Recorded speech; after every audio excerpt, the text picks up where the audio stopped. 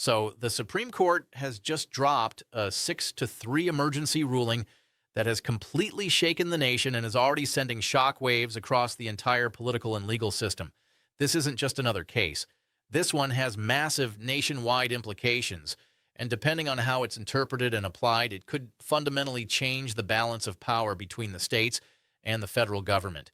We need to break down what exactly the court ruled, what it means, and why legal experts on both sides are calling this one of the most consequential emergency decisions in recent years.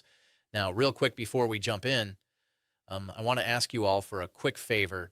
Looking at the analytics, about 60% of viewers who regularly watch these videos aren't actually subscribed.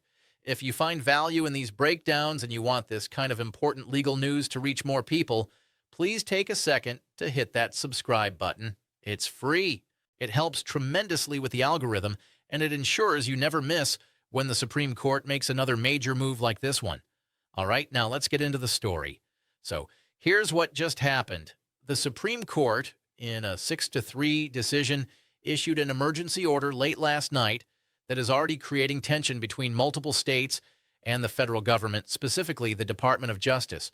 This ruling involves a major federal enforcement issue that could reshape how far Washington can go when it comes to enforcing or blocking state-level laws. And once again, just like we saw in the Texas border dispute, the core of this fight centers on the limits of federal power versus state sovereignty. This time, however, the case reached the Supreme Court faster than anyone expected. The court's 6-1 emergency decision effectively sided with the states, saying that the federal government may have overstepped its authority in seeking broad nationwide injunctions that prevent states from enforcing their own laws.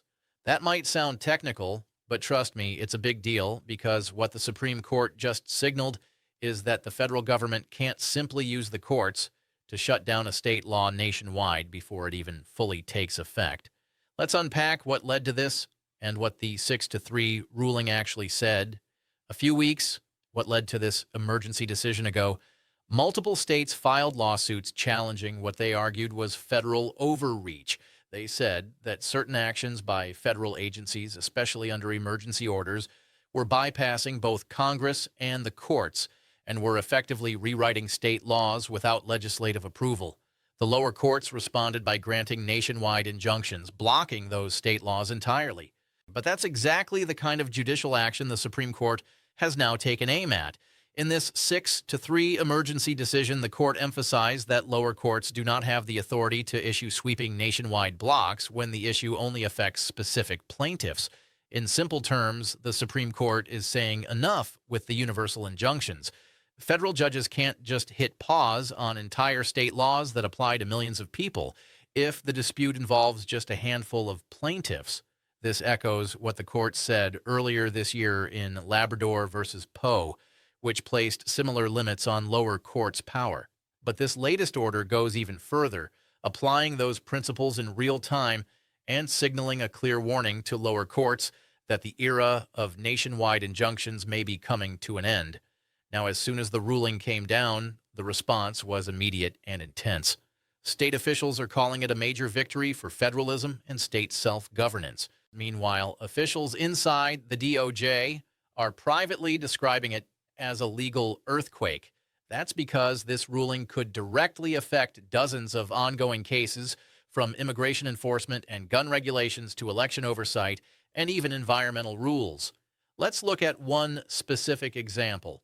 Under the new interpretation, if a state passes a controversial law, say on border control or firearm policy, a single federal judge can no longer freeze that law across the entire country.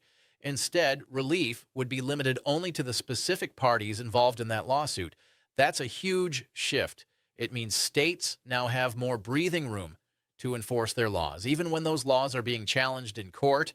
And the fact that the Supreme Court issued this as an emergency ruling, not a full opinion after oral arguments, shows just how urgent the justices viewed the matter. Now, here's where it gets even more interesting. Justice Gorsuch, in a concurring opinion, emphasized that injunctions like these should only go as far as necessary to protect the plaintiffs, not to rewrite the rules for the entire country. He wrote that courts must return to the traditional limits of equitable relief and stop acting like many legislators. That line, many legislators, is striking. It's a direct rebuke to the pattern of lower courts, the constitutional fallout, issuing broad national rulings that effectively function like policy decisions rather than judicial ones. Meanwhile, Justice Stoyer and the two other dissenting justices warned that restricting nationwide injunctions could create confusion and unequal enforcement, since some states might enforce a law while others cannot. But the majority clearly wasn't persuaded. The court's message is clear. Judges are not policymakers, and that principle applied across the board could reshape federal litigation strategy for years to come. Now here's the political fallout. Almost immediately after the ruling, the White House and the Department of Justice released carefully worded statements saying they were reviewing the court's order translation. They know this changes the playing field, and just like we saw in the Texas border case, states are wasting no time invoking this new Supreme Court precedent to strengthen their legal positions. For example, attorneys general from several states have already filed supplemental briefs citing this ruling as direct support for their claims against federal overreach. In one of those filings, state lawyers explicitly argued that the Supreme Court has reaffirmed that states retain the right to defend their sovereignty without being subjected to blanket injunctions from unelected judges. That line sums up what's really at stake here. Power. Who gets to decide what's enforced where and by whom? The states or Washington, D.C.? Now, legally speaking, the implications are staggering. This ruling will likely restrict federal agencies from using the courts as a tool to block state laws in their entirety. Instead, agencies will need to pursue narrower relief, meaning that policy disputes will need to be resolved politically, not judicially. In other words, the Supreme Court just told the lower courts, stay in your lane. And here's why that matters. For years, both parties, Democrats and Republicans, have used federal courts to push nationwide outcomes when they couldn't get their way through legislation. This ruling effectively cuts off that shortcut. So, regardless of your political stance, this changes how the game is played. If you want sweeping change, you'll now have to win it through Congress or through elections, not through a single federal judge's order. Now, a lot of you are asking what happens next. Here's what we know. Because this was an emergency order, it doesn't close the door on future litigation. It simply sets a precedent that lower courts will have to follow moving forward. The case will likely go back to the appellate level, where judges will need to apply this new, narrower framework. And make no mistake, this issue is far from over. The federal government will likely challenge this interpretation in other cases, hoping to carve out exceptions where they argue the national interest requires broader relief. But the Supreme Court's message was crystal clear. The Constitution doesn't allow judges to govern an entire nation from their courtroom. Now, stepping back for a moment, what makes this decision so significant is the context. The court has been steadily building toward this for years, pushing back against judicial activism and reasserting the separation of powers. This 6-3 emergency ruling is just the latest and strongest signal yet that the court wants to restore constitutional boundaries. And in practical terms, it could affect everything from gun rights and immigration enforcement to pandemic policies and election oversight. So when we say this decision shook America, it's not an exaggeration. And it really did, because the ripple effects of this ruling will be felt across nearly every major policy debate in the coming years. Now, I'll leave you with this. Regardless of where you stand, national reactions and political shock waves politically, this moment represents a turning point in the relationship between the states, the courts, and the federal government.